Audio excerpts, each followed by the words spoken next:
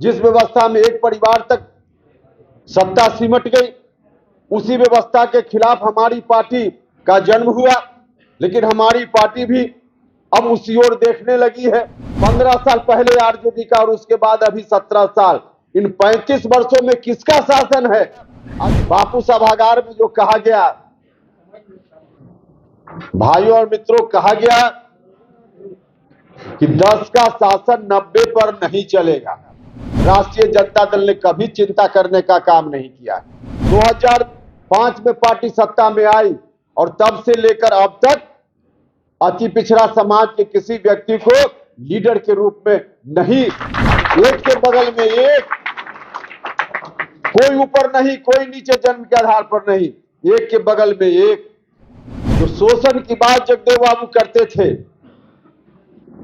10% लोगों के बारे में कहते थे कि शोषक लोग हैं। निश्चित रूप से आज भी शोषण हो रहा है, लेकिन जो शोषण करने वाले शोषक हैं आज बदल गए हैं। भाइयों और मित्रों, एक तरफ पार्टी ने नहीं करने का फैसला लिया था, बाद में हम लोगों के कार्यक्रम को देखकर फैसला हुआ। तो क्या पता नहीं क्या लोग चाहते हैं, जगदेव बाबू को पार्टी भी न याद करे और कोई दूसरा संगठन याद करना चाह रहा है, कोई दूसरा व्यक्ति याद करना चाह रहा है, तो उस पर रोक लगाने की बात हुई। यह घोर आश्चर्य का विषय है, घोर दुख का विषय है। अभी एक कार्यक्रम कल हुआ बापू सभागार में, उस कार्यक्रम के माध्यम से जो बातें की गई जगदेव बाबू के बारे में, कि समाज में जो व्यवस्था ऊपर से नीचे की ओर है, कोई सबसे नीचे जन्म के आधार पे, कोई उसके ऊपर, कोई उसके ऊपर, कोई सबके ऊपर, इस व्यवस्था को उलट देने की बात उन्होंने कभी नहीं कही थी। इस व्यवस्था को उलटकर जो नीचे है उसको ऊपर बैठा दीजिए, ऊपर वाला को नीचे बैठा दीजिए, इस तरह की व्यवस्था की बात उन्होंने नहीं कही थी। उन्होंने कहा था कि जो व्यवस्था है ऊपर से नीचे की ओर, उदाहरण देते थे डॉक्टर लोहिया, बताते थे, हाथ की उंगली दिखाकर बताते थे, यह जो हाथ की उंगली है, जब हम इसको इस रूप में रखते हैं तो कोई सबसे ऊपर है, कोई बीच में है, कोई नीचे है। परिवर्तन का मतलब यह नहीं कि इसकी जगह हम ऐसे उलट दें, ऊपर वाला नीचे, नीचे वाला ऊपर चला जाए। परिवर्तन का यह मतलब उन्होंने नहीं कहा था। उन्होंने कहा यह व्यवस्था अच्छी नहीं है, जन्म के आधार पर कोई यहां बैठ जाए, कोई नीचे बैठे, यह तो ठीक नहीं है, लेकिन उलट व्यवस्था भी ठीक नहीं है। कौन सी व्यवस्था ठीक है? व्यवस्था वह ठीक है जो सीधे इस तरह से न रहे, बल्कि हम लोग जो यहां बैठे हुए हैं पंक्ति में, सब लोग, कोई एक दूसरे के ऊपर नहीं बैठा है। नौजवान मित्रों, उदाहरण समझ सकते हैं आप, कोई एक दूसरे के ऊपर नहीं बैठा है, हम सब लोग एक दूसरे के बगल में बैठे हुए हैं। ऊपर वाला नीचे, नीचे वाला ऊपर नहीं, बल्कि खड़ी रेखा को परी रेखा कर दो, एक के बगल में सब एक बैठ जाए, इस तरह के समाज बनाने की बात उन्होंने की। एक के बगल में एक, कोई ऊपर नहीं, कोई नीचे, जन्म के आधार पर नहीं, एक के बगल में एक। बगल में कोई अति पिछड़ा दलित भी बैठे, कोई पिछड़ा भी बैठे, बाकी लोग भी बगल बगल में बैठे, ऐसा समाज उन्होंने बनाने का प्रयास किया था, ऐसा समाज। लेकिन आज जिस तरह से बात की जा रही है और जो कुछ भी कहा गया बापू सभागार में, जो कहा गया, भाइयों और मित्रों, कहा गया कि 10 का शासन 90 पर नहीं चलेगा।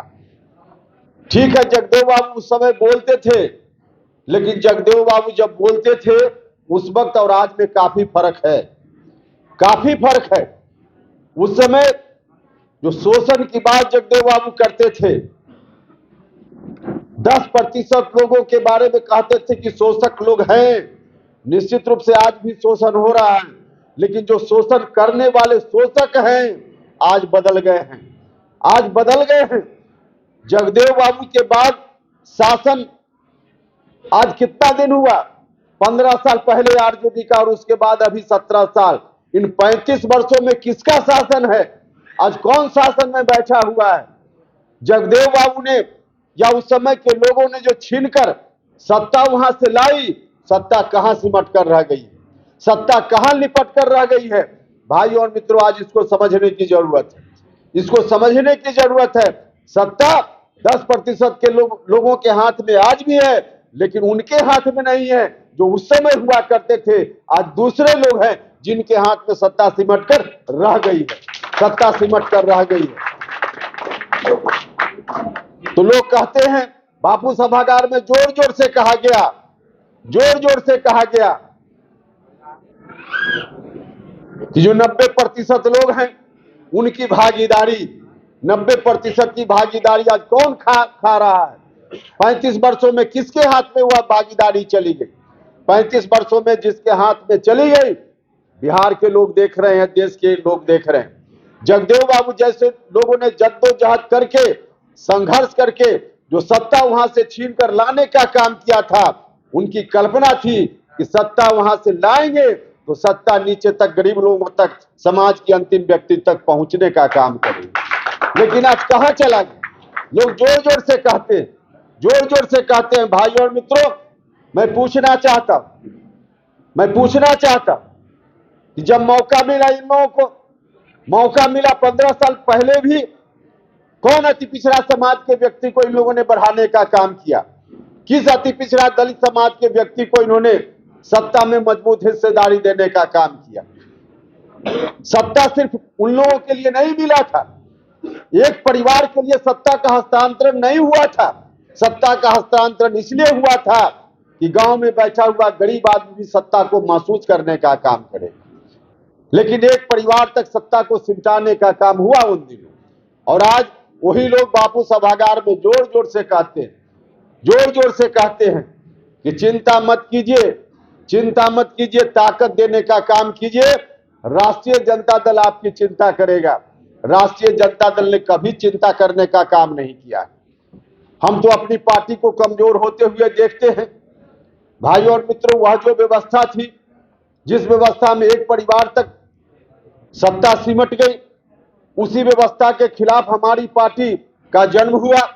लेकिन हमारी पार्टी भी अब उसी ओर देखने लगी है, और जब से उस ओर देखने लगी है तो स्वाभाविक रूप से जिन लोगों ने समता पार्टी के दौरान और बाद में जनता दल यूनाइटेड के दौरान जिन लोगों ने ताकत दी, आदरणीय नेता नीतीश कुमार जी को ताकत दी, आज सब लोग सहमे हुए हैं, सब लोग परेशानी महसूस कर रहे हैं।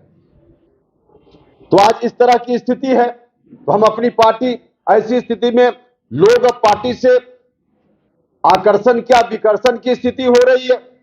इसलिए हमने बार बार कहा है, और हमारी पार्टी में भी जो स्थिति है, 2005 में पार्टी सत्ता में आई और तब से लेकर अब तक अति पिछड़ा समाज के किसी व्यक्ति को लीडर के रूप में नहीं, आज हम लोग देख रहे हैं किसी जगह पे कोई लीडर के रूप में अति पिछड़ा समाज का कोई व्यक्ति हमारी पार्टी में भी हो, यह स्थिति नहीं बनाएंगे।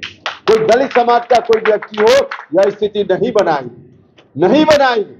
तो भाई और मित्रों, उस वक्त का जगदेव बाबू जब थे, उस वक्त अलग टारगेट था, आज का टारगेट अलग है। इस बात को स्वीकार करने का काम करना चाहिए।